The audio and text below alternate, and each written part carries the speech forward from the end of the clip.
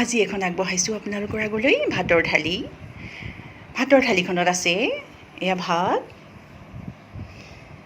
এয়া ৰঙালাও কোমলীয়া আগেৰে বনোৱা মাছৰ মূৰ দি খাৰৰ আঞ্জা, কঁঠালগুটি শুকান ঔটেঙা গুৰিয়ে বনোৱা মাছৰ টেঙা জোল, গাখীৰতী বন ঔটেঙাৰ বনোৱা মাছৰ টেঙা জোল, পিঠাগুড়ি আৰু মাছৰ পেটু ভাজি, কলমৌ শাকৰ ভাজি, ঔটেঙা আচাৰ, গাজ টেঙাৰ পিটিকা আৰু এখন সৰিয়হৰ চাটনি, এয়া মাছৰ ভাজি, এটা ভোট জলকীয়া আৰু নেমু এচকল,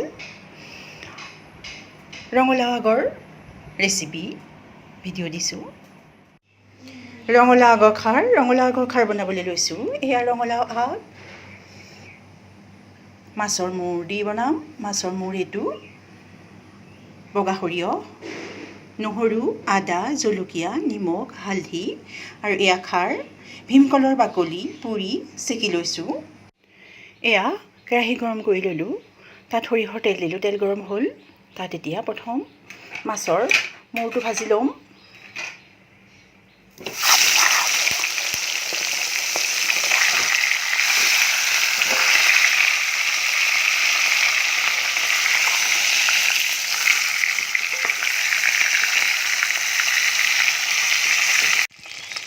এয়া মাছৰ মূৰটো ভাজি ল'লোঁ।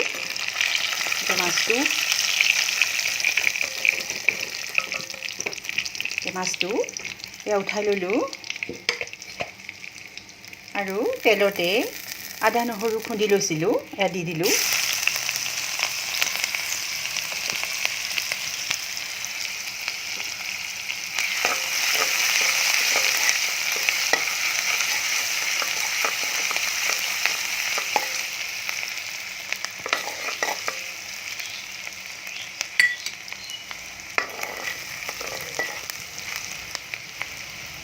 এয়া আদা নহৰু অলপ ৰঙচুৱা হৈছে, তাত এতিয়া ৰঙালাও আগখিনি কাটি থৈছোঁ এয়া দি দিলোঁ।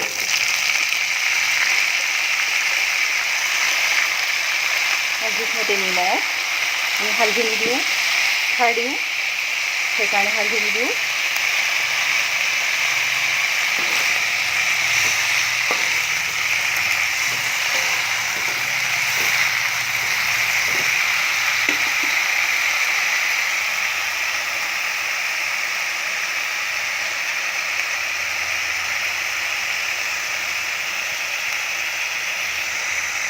এতিয়া অলপ সময় ভাজি লওঁ। এয়া ৰঙালাওখিনি ভাজি ল'লোঁ, অলপ পানী ওলাই আছে। ইয়াত এতিয়া খাৰখিনি দি দিম, ক'লা খাৰ। এতিয়া ঢাকোন মাৰি দিম, 10 মিনিট সময় উতলাম। এয়া খাৰত ৰঙালাওখিনি সিজিছেই। এতিয়া মই পিচি থৈছিলোঁ বগা সৰিয়হ ইয়াত দি দিম।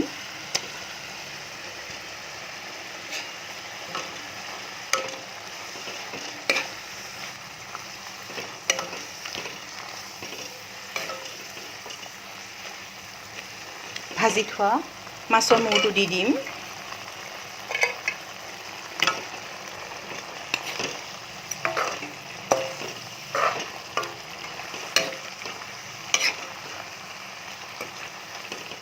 এতিয়া গেছটো কমাই থৈ দিম 10 মিনিট। এয়া ৰঙালাও আগৰ সৰিয়হৰ মাছৰ মূৰেদি বনোৱা খাৰৰ আঞ্জাখন হৈ গ'ল। বৰ ধুনীয়াকৈ সিজিলে।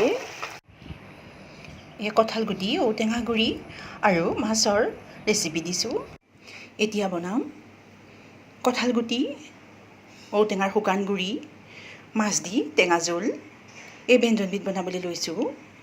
এয়া কঁঠালগুটি বাকলি গুচাই কোমলাই এয়া সিজাই ল'লোঁ।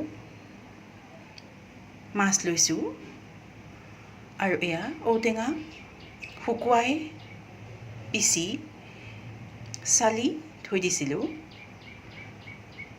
জলকীয়া, সৰিয়হৰ তেল, নিমখ, হালধি, তেলত দিবলৈ এয়া মিঠি। প্ৰথম আমি মাছখিনি ভাজি ল'ম।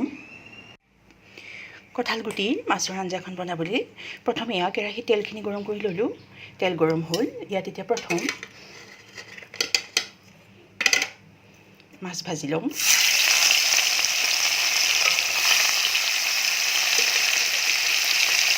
ভকুৱা মাছ লৈছোঁ।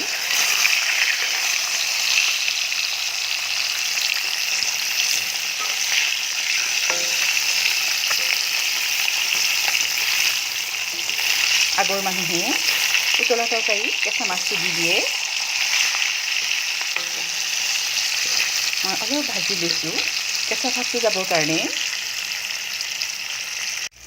এয়া মাছখিনি ভাজি হৈ গ'ল। এতিয়া মাছখিনি নমাম।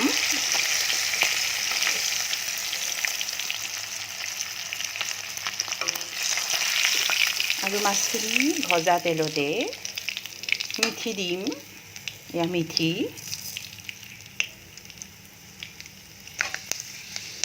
এয়া মিঠি বৰ ধুনীয়াকৈ ফুটিছে। মিঠি এটা বৰ ধুনীয়া গোন্ধ আছে আৰু বহুত গুণাগুণ আছে, ঔষধি গুণ আছে। ইয়াত এতিয়া জলকীয়া দি দিলোঁ আৰু সিজাই থোৱা কঁঠাল গুটিখিনি দিলোঁ।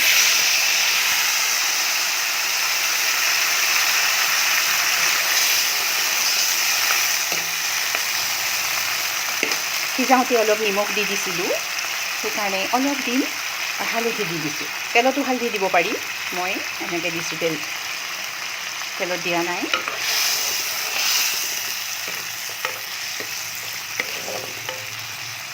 আৰু কঁঠাল গুটি একদম ধুনীয়াকৈ কোমল হৈ আছে।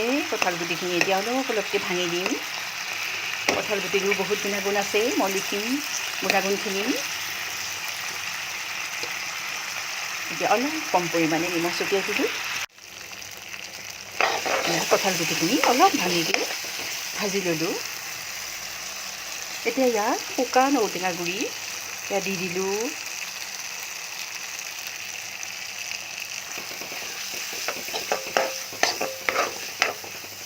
আৰু ইয়াত এতিয়া অলপ কুহুমলীয়া গৰম পানী দিছোঁ।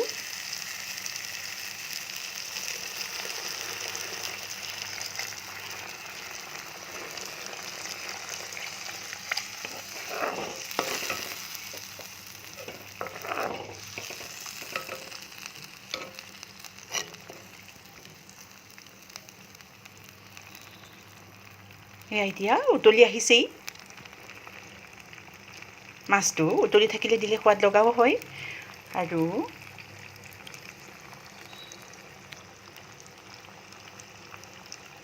এয়া উতলি আহিলে ইয়াত এতিয়া মাছ দি দিম।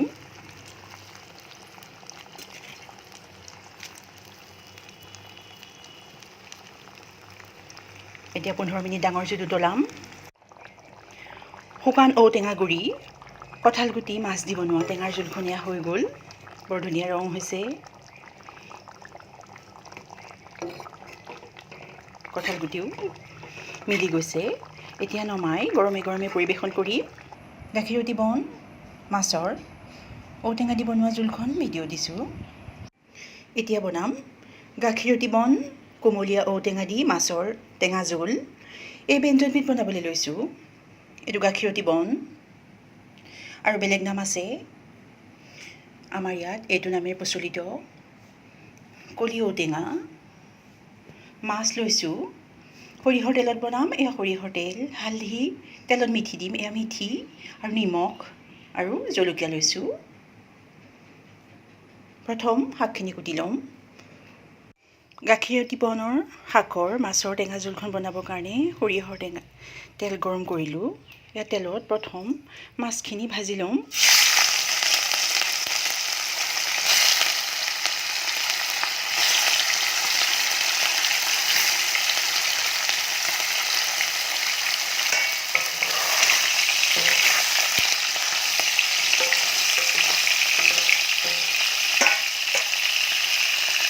মাছখিনি ভালদৰে ভাজিম। এয়া মাছখিনি ভাজি হৈ গ'ল। এতিয়া মাছখিনি নমাম। এয়া মাছখিনি উঠাই ল'লোঁ। সেই তেলতে মিঠি দিলোঁ। এতিয়া গাখীৰতী বন শাকখিনি মিহিকৈ কুটি থৈছিলোঁ, ইয়াত দি দিম।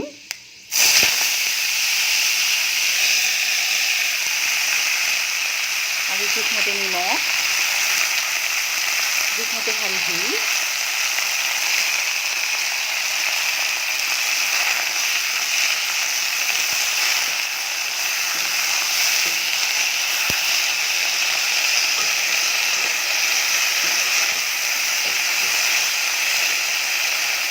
এতিয়া কম জুই 5 মিনিট সময় ঢাকি থ'ম। এতিয়া ইয়াত কাটি থোৱা কোমলীয়া ঔটেঙাখিনি দি দিম। পইনত ঔটেঙা অলপ সিজাই ল'ব লাগে, কোমলীয়াৰ কাৰণে মই সিজাই লোৱা নাই।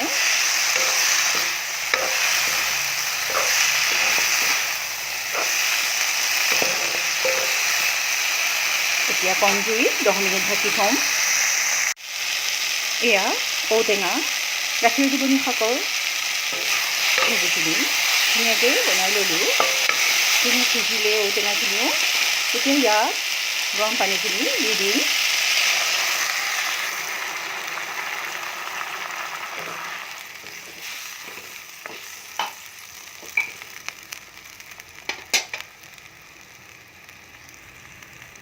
এতিয়া 10 মিনিট ডাঙৰ জুইত উতলাম। এয়া বৰ ধুনীয়াকৈ উতলিলে ইয়াত এতিয়া মাছ দি দিম।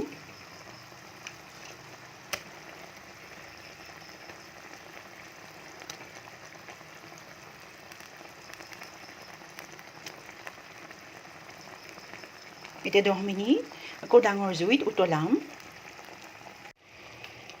এয়া ঔটেঙা মাছৰ টেঙা জোলখন হৈ গ'ল। এতিয়া নমাই গৰমে গৰমে পৰিৱেশন কৰিম। যদি মোৰ ভাতৰ থালিখন ভাল লাগে তেন্তে লাইক কৰিব, কমেণ্ট কৰিব, শ্বেয়াৰ কৰিব, ছাবস্ক্ৰাইব কৰিব আৰু বেল আইকনটো দবাই দিব যাতে মোৰ নতুন নতুন ভিডিঅ'খিনি আপোনাৰ হাতত পৰেগৈ।